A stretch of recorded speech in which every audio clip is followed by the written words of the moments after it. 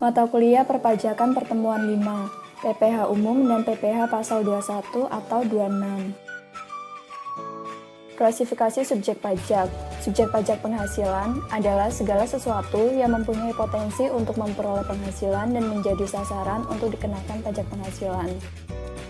Berdasarkan pasal 2 ayat 1 Undang-Undang Nomor 36 Tahun 2008 mengenai subjek pajak dikelompokkan sebagai berikut. Yang pertama yaitu subjek pajak orang pribadi, yang kedua subjek pajak warisan, dan yang ketiga subjek pajak badan, dan yang terakhir adalah subjek pajak bentuk usaha tetap. Apa sih yang dimaksud dengan subjek pajak dalam negeri?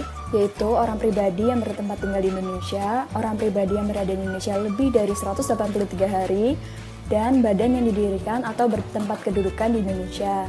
Dan yang terakhir yaitu warisan yang belum terbagi.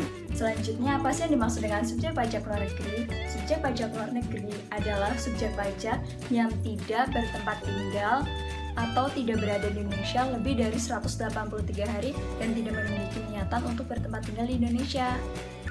Apa sih yang dimaksud dengan kewajiban pajak subjektif dan objektif?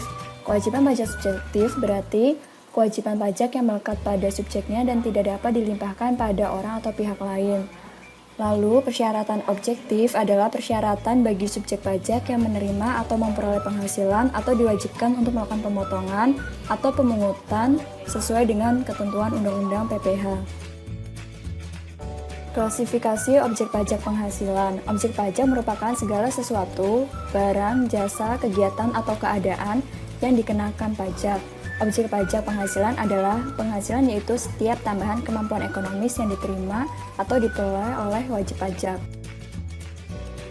Berdasarkan pasal 4 ayat 1 Undang-Undang Nomor 36 Tahun 2008 mengenai penghasilan yang termasuk objek pajak, yaitu penghasilan yang termasuk objek pajak selanjutnya yaitu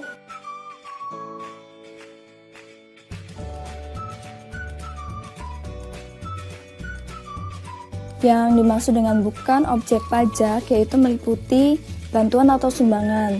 Kemudian aset hibah yang diterima oleh keluarga saudara dalam garis keturunan lurus 1 derajat, seperti ayah kepada anaknya.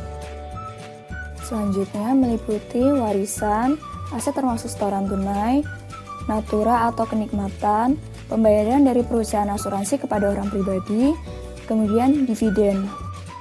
Selanjutnya meliputi iuran yang diterima atau diperoleh dana pensiun, penghasilan dari modal yang ditanamkan, bagian laba yang diterima atau diperoleh anggota, penghasilan yang diterima atau diperoleh perusahaan modal ventura, dan beasiswa yang memenuhi persyaratan tertentu.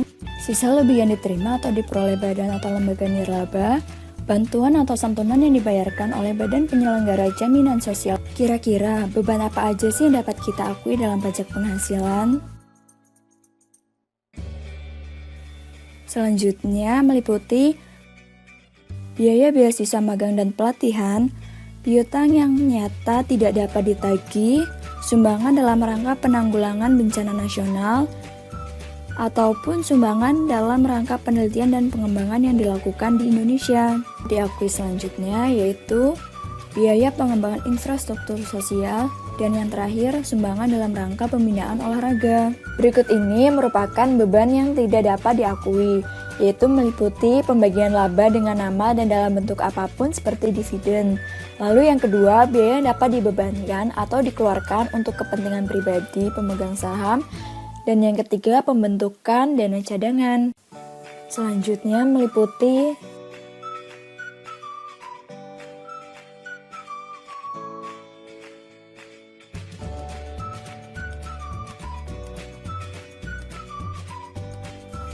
Selanjutnya meliputi